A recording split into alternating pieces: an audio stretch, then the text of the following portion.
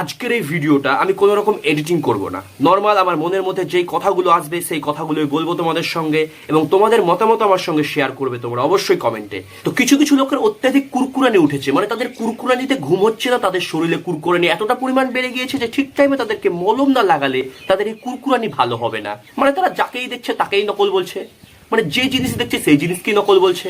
মানে কেন কেন বলছে এটা নকল? এটা আমি একটু গবেষণা করে পেলাম গাইস, কারণ তাদের শরীরের রোগ যেটা হয়েছে সেটা হচ্ছে নকল ভাইরাস। হ্যাঁ, তাদের নকল ভাইরাস হয়েছে। তারা যে কোনো জিনিসকে দেখলেই নকল বলছে, সেটা নিয়ে কোনো রিসার্চ করছে না, সেটা নিয়ে কোনো ভাবা চিন্তা করছে না, সেটা নিয়ে কোনো গবেষণা করছে না। একটু বেশি বলে ফেললাম, গবেষণা আর কি করবে? তো সেটা বড় কথা নয়, বড় কথা হচ্ছে তারা যে কোনো জিনিসকে নকল বলছে। এর একটাই কারণ হচ্ছে তাদেরকে নকল ভাইরাসে অ্যাটাক করেছে। এবার এই যে নকল ভাইরাস, আমি অনেক ভেবেচিন্তে পেলাম যে এই ভাইরাসটাকে তাদের শরীর থেকে দূর করতে হলে একটাই ওষুধ, তাদেরকে মলম লাগাতে হবে। তো ইতিমধ্যে শাকিব খানের তুফান সিনেমার লাগারে উড়াধরা গানটি রিলিজ পেয়েছে, এবং সেটা দেখার পর কিছু কিছু মানুষ বলছে এই গানটি নাকি তোমার কোন কোন জায়গায় ব্যথা গো বান্ধবী ললিতা, এই গানটা থেকে নকল করা হয়েছে। মানে একটু বেশি রেগে যাচ্ছে আমি গাইস, কন্ট্রোল করতে হবে। আর কেন রাখবো না ভাই, চতুর্দিককার রাগ জমে যাচ্ছে। এদিকে মেরিল প্রথম আলো পুরস্কারে শাকিব খান ভাই পুরস্কার পেলো না, এদিকে এই গানটি একটি বের হলো, সেখানেও বলছে কপি, একটা ভালো কিছু করতে চাইছে সেখানেও বাধা ভাই, মানে কুল নট হট। তো আজকের ভিডিওতে ভাই খেলা হবে, ফুললি খেলা হবে, সবাইকে নিয়ে খেলবো, তাদেরকে নিয়ে খেলবো যাদেরকে নকল ভাইরাসে অ্যাটাক করেছে। নর্মাল ভিডিও বানাবো ভাই, আগেই বলেছি, কোনো এডিটিং করবো না এই ভিডিওতে, নর্মাল মনে যা আসবে সেটা বলবো। দেখো তোমাদের শুরু থেকে বলি, শাকিব খানের এই যে তুফান সিনেমাটা, এইটা 1990 সালের প্লট অনুসারে তৈরি। মানে 1990 সালের প্রকৃতি কেমন ছিল, ওই সময়কার গানগুলো কেমন ছিল, ওই সময়কার ভাষা কেমন ছিল, এই প্লট অনুসারে শাকিব খানের তুফান সিনেমাটা তৈরি হয়েছে।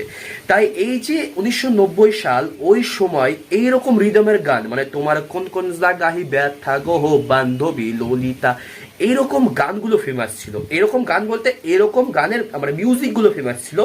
তো শাকিব খানের এই যে তুফান সিনেমা যেহেতু 1990 সালের প্লট অনুসারে তৈরি, তাই এই রকম রিদম মানে এইরকম মিউজিক নিয়ে তৈরি হচ্ছে, যে তোমার কোন কোন জায়গায় ব্যথা গো বান্ধবী ললিতা, এরকম মিউজিকের রিদম নিয়ে তৈরি হচ্ছে। এর মানে কি কপি?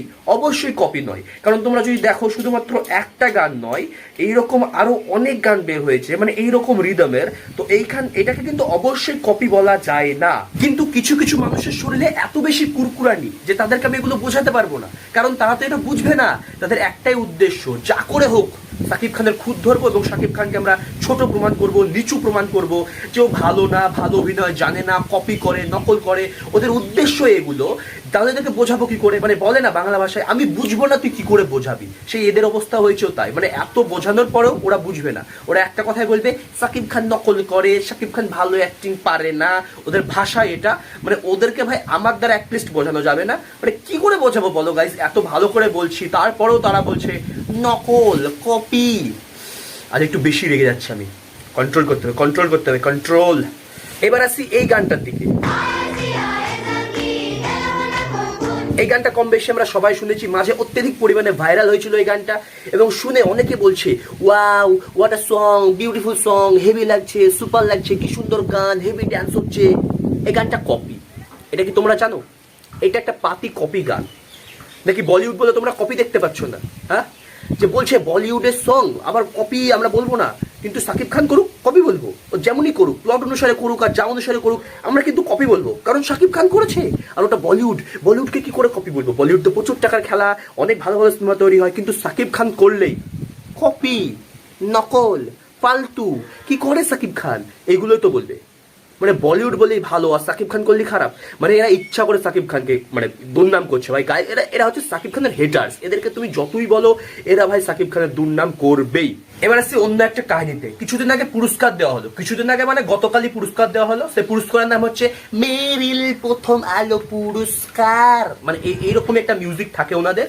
তো সেই পুরস্কার মানে দেওয়া হলো, এটাতে আমার কোনো অসুবিধা নেই, দেওয়া হয়েছে, ভালো লাগছে, পুরস্কার পাবে সবাই। কিন্তু সেখানে শাকিব খান ভাই পুরস্কার পায়নি। এটা তো আমার কোনো দুঃখ নেই ভাই, পুরস্কার না পেতেই পারে। কিন্তু এবার ডিপলি যদি চিন্তা করো, মানুষটাকে ভাই আমি স্টেজেও দেখতে পেলাম না, কোনো পারফরমেন্সও দেখতে পেলাম না। মানে কি এগুলো?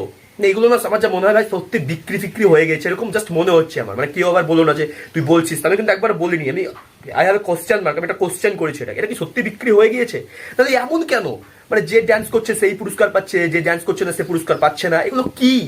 দেখো একটু ভালো করে ভাবলাম, সত্যি কথা বলতে বর্তমান যুগে ভালো মানুষের কোনো দাম নেই। যে মানুষটা এত ভালো কাজ করছে সে কোনো ভাই পুরস্কার পাচ্ছে না, আর যে মানুষটা একটু স্টেজে পারফরমেন্স করে দিচ্ছে সে ভাই পুরস্কার নিয়ে বাড়ি চলে যাচ্ছে। এগুলো কি হচ্ছে? আর এই যে সাকিব খান, এ কি কম করেছে বলো? 2023 সালে ভালো সিনেমা নেই, তার প্রিয়তমা সিনেমাটা ভালো ছিল না, কত সুন্দর অ্যাক্টিং, ওই যে বয়স্ককালে যে অ্যাক্টিংটা দেখালো উনি, মানে সেই আলাদা লেভেলের অ্যাক্টিং, ওটাকে ভাই চোখে পড়লো না। মানে বিচারকরা মনে হয় চোখ বন্ধ করে থাকে, মানে কি বলবো। তাছাড়া ভাই একটু রেগে যাচ্ছে আজকে, আমি জানি ভিডিওটা একটু আজকে খারাপ হয়ে যাচ্ছে ভাই, আমার কথাগুলো খারাপ হয়ে যাচ্ছে, কিন্তু কিছু করার নেই ভাই, মনে যেটা আসছে সেটাই বলবো বলেছি প্রথম থেকে, সেটাই বলছি। মানুষটা কিন্তু বাংলা ইন্ডাস্ট্রির জন্য কম কিছু করেনি ভাই, এখন পর্যন্ত করে যাচ্ছে। এই যে সিনেমা হলের এত দুর্দশা, তাও কিন্তু মানুষটা থামছে না।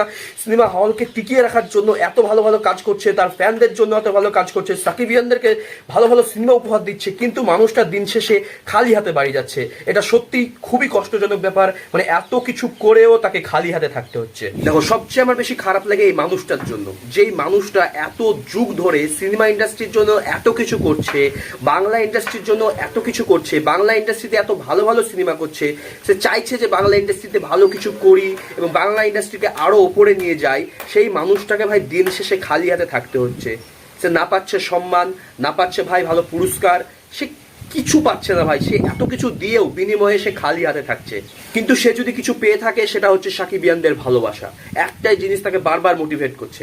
তাছাড়া তুমি দেখো, বাঙালি ভাই কাকড়ার জাত, তুমি যদি ওপরে উঠতে যাও তোমার পা ধরে নিচে নামাবেই, এটা কেউ অস্বীকার করতে পারবে না, এটা একদম সত্যি কথা। নাহলে আজকে দেখো সাকিব খানের যারা বন্ধু, ইকবাল কাকুকেই দেখে নাও না তুমি, কিভাবে তাকে মানে মানুষের সামনে এমনভাবে বলে, শুনেই খারাপ লাগে কথাগুলো। তো এইগুলোকে ভাই কিছু বলার নেই, এগুলো সত্যি মানুষ যেভাবে হিংসা করছে সাকিব খানের ওপর, উনি এত কিছু করেছে সিনেমা ইন্ডাস্ট্রির জন্য, এখন পর্যন্ত করছে, বিনিময়ে ওনাকে সিনেমা ইন্ডাস্ট্রি দিয়েছে জিরো, জিরো আর জিরো। কিন্তু আমি একটা কথাই বলবো, উনি যদি কিছু পেয়ে থাকে সিনেমা ইন্ডাস্ট্রি থেকে সেটা হচ্ছে সাকিবিয়ানদের ভালোবাসা। মানে তুমি যদি দেখো সাকিবিয়ানরা যেই পরিমাণে সাকিব খানকে ভালোবাসে আর যেই পরিমাণে সাকিব খানের সিনেমাকে মানে তারা এত বেশি ভালোবাসে, সেটা আমার মনে হয় আর কেউ বাসে না। আর শাকিব খানের পাওয়া বলতে এটাই সাকিবিয়ান, তাছাড়া সিনেমা ইন্ডাস্ট্রি থেকে উনি কিছু পেয়েছে বলে আমার মনে হয় না। কারণ তুমি দেখো, মানুষ এখন ভাই সাপোর্ট তো দূরে থাকলো, পারলে ওকে ওই জায়গা থেকে নামিয়ে দেবে, মানে এতটা পরিমাণ হিংসা বেড়ে গিয়েছে। সো এই ছিল আজকের এই ভিডিও। জানি অনেকটা আমি রেগে গিয়েছিলাম ভিডিওর মাঝে, অনেক বেশি কথা বলে ফেলেছি আজকের এই ভিডিওতে। তো যাদেরকে ভাই কেউ যদি খারাপ ভেবে থাকে আমি মন থেকে সরে যাইছি, কিন্তু কিছু করার নেই ভাই। দেখো, এই যে মানুষটা এত কিছু করছে, এইটা দেখার পর মানে আমি নিজেকে আটকে রাখতে পারলাম না, তাই আজকের এই ভিডিওতে মানে এত কিছু বলে ফেললাম। আমি ভাই সাবস্ক্রাইব করতে বলবো না আজকের এই ভিডিওতে, কারণ আজকের মনে আমার যেটা এসেছিল সেটাই বলেছি আজকের এই ভিডিওতে। সো দেখা হচ্ছে পরের ভিডিওতে। জানিও তোমাদের, কমেন্ট করে জানিও তোমাদের মতামত কি আজকের এই ভিডিও নিয়ে, এবং সাকিবিয়ানকে যে মানে শাকিব খানকে যে কপি বলছে এইটা নিয়ে তোমাদের মতামত কি সেটা অবশ্যই জানিও। এবং আমি একটা কথাই বলবো, শাকিব খানের পাশে আছি ভাই।